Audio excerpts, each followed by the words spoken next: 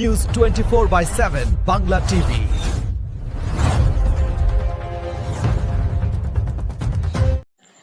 Nagerbazar Amarpalli theatre হলে বীক্ষণ পত্রিকার আত্মপ্রকাশ করল। প্রধান অতিথি হিসেবে উপস্থিত ছিলেন শ্রী কল্যাণ সেন বরাট, শ্রী সত্যপ্রিয় সরকার, গ্রন্থনা ও কণ্ঠে সোমা আইচ, সঙ্গীত সহযোগিতা মুখোপাধ্যায়, নন্দীসূত্রের একাঙ্ক নাটক খোঁজ।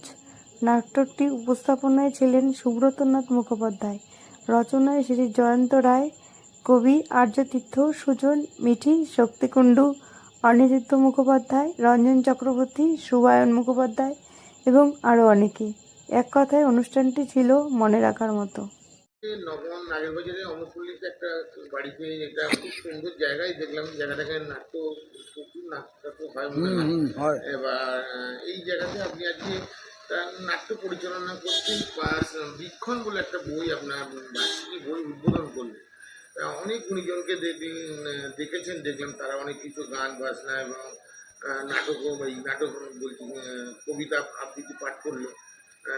কল্যাণ সেন বরাটও এসেছিলেন। কি বলবেন এত সুন্দর একটা প্রোগ্রাম? বলে মানে আমি খুব আনন্দিত ব্যাপারটা সম্পর্কে, যে আমি কল্যাণ সেন বরাট আমার বহুদিনের বন্ধু, সঙ্গীতকার, সঙ্গীত স্রষ্টা। শুভ দাশগুপ্ত একজন প্রথিতযশা কবি। আমাদের সকলেই বন্ধুবর, একই সময় সমসাময়িক। তাদের ডেকেছি এবং তারা এক কথায় আমাকে যে এসেছেন এবং আমাকে কথা দিয়েছেন যে আসবে। এতে আমি সত্যিই খুব আনন্দিত, কারণ একটা প্রথম একটা এইরকম একটা পত্রিকা এই বয়সে এসে উদযাপন করা। না, আগে আমি কোনো পত্রিকা, এমনি পত্রিকাতে লিখেছি অনেক, কিন্তু নিজের পত্রিকা, নিজে সম্পাদনায় আমি নিজে সম্পাদনা করছি এরকম একটা পত্রিকা, এটা আগে কখনো হয়নি, এটা প্রথমই করছি। যার জন্যে সেই সময় একটা অদ্ভুত একটা সাহচর্য, একটা সাপোর্ট দরকার লাগে। সেই সাপোর্টটা ওরা সবাই মিলে করেছে এবং যারা লেখা দিয়েছেন, অনেক প্রথিতযশা কবি সাহিত্যিক তারা লেখা দিয়েছেন, তাদের এই লেখা বা সাহচর্য আমি সত্যিই আপ্লুত, আমার খুবই ভালো লাগছে। এই কল্যাণ স্যার বলে গেলেন, আপনি একাধারে নাট্যকার, একাধারে লেখক, একাধারে গানও লিখেছেন এবং অনেক মানে বইতে সিনেমাও করেছেন। কি বলবেন? একটা সময় ওই যে আপনার একটি ছাত্রী এখানে বলছিল যে আপনি এক সময় মানে আমাদের দূরদর্শনেও একটা সিরিয়াল করছিলেন এবং সিরিয়ালটা খুব জনপ্রিয় হয়েছিল, রামকৃষ্ণ দেবের মথুরাও হয়েছিলেন আমার যখন মনে। আমিও খুব ছোটো তখন, আমি দেখতাম। তা যদি কিছু আগের অভিজ্ঞতা কিছু শেয়ার করেন। অভিজ্ঞতা মানে অ্যাকচুয়ালি ছোটোবেলা থেকে শিল্পটা আমার ভেতরে ছিল এবং লেখা, গান, কবিতা, নাটক লেখার জন্যে, নাটক করার জন্যে নাটক অনেক সময় লিখে নিতে হয়েছে, সেখান করতে করতে নাট্যকার হয়েছি।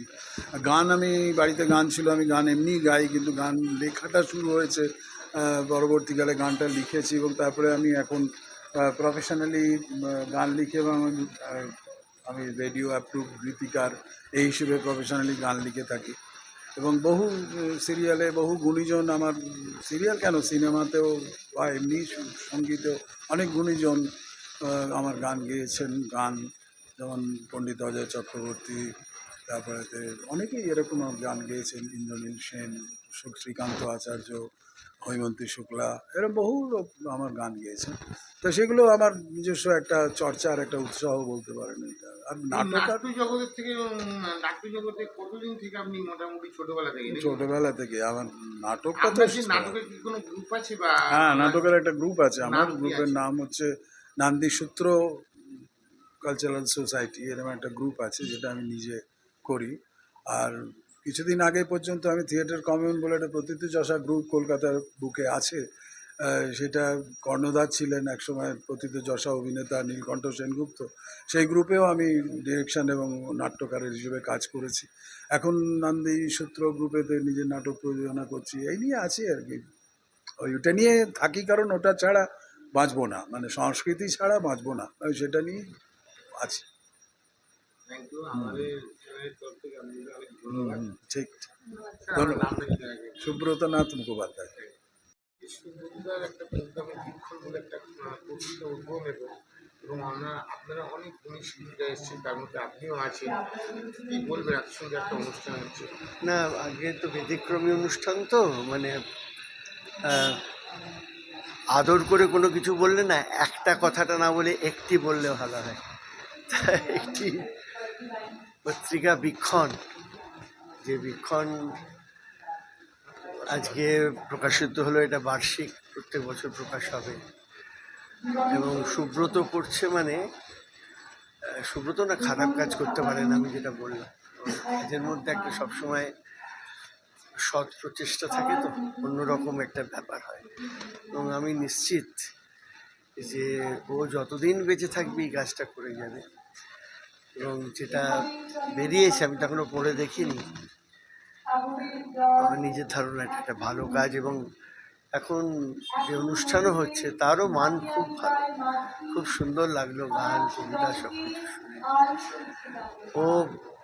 ওর অনেক অনেক বড় সাংস্কৃতিক জীবন, এইটা কামনা করি। সুব্রত ভালো থাকুক। আপনার অ্যাঙ্কারিং করছেন, তুমিও বললো আপনার একটা 47 বছরের প্রতিষ্ঠা আছে, সেটা এখন আপনি চালিয়ে যাচ্ছেন। এতদিনে একটা সংস্থা চালিয়ে যাওয়া তো চারটিখানি কথা না, কী বলবেন? ওটা হয়ে যায় আসলে, মানে ক্যালকাটা কোয়ার আমার 47 বছর হয়ে গেল। প্রথমটা একটু অসুবিধা হয়, তারপরে দেখা যায় ভালো ছেলেপুলে এখনো আছে, এখনো 90 জন 100 জন ছেলে, তো ছেলে মেয়ে সব আসছে, তারা মন দিয়ে কাজ করছে এবং সৎ মনের থেকে সুস্থ সংস্কৃতির জন্য, সুসংস্কৃতির জন্য তারা যে কাজ করে যাচ্ছে, এটাই আমাদের খুব বড় পাওয়া এই বয়সে এসে, যে এখনো যে এদেরকে নিয়ে চালিয়ে যেতে পারছি, এখন অনুষ্ঠান করি, এই সব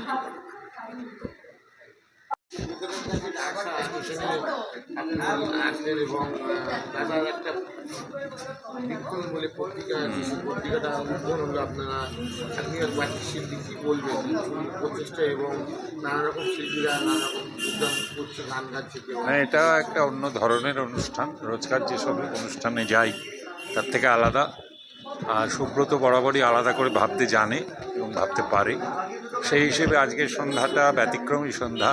আর যে পত্রিকাও প্রকাশ করলো সেটাও অনেক উচ্চাকাঙ্ক্ষী পত্রিকা, অনেক স্বপ্ন আছে ওর। আমি আশা করব যে এই ধরনের পত্রিকা সচরাচর দীর্ঘজীবী হয় না, কিন্তু সকলে যদি সঙ্গে থাকেন, সকলে যদি পাশে থাকেন, এই পত্রিকাও দীর্ঘজীবী হবে, অনেক ভালো ভালো লেখা বেরোবে। আর এই ধরনের অনুষ্ঠানও মাঝে মধ্যে হলে আমাদের সকলেরই ভালো লাগবে। সবাই ভালো থাকবে। আপনার নামটা? শুভ দাশগুপ্ত।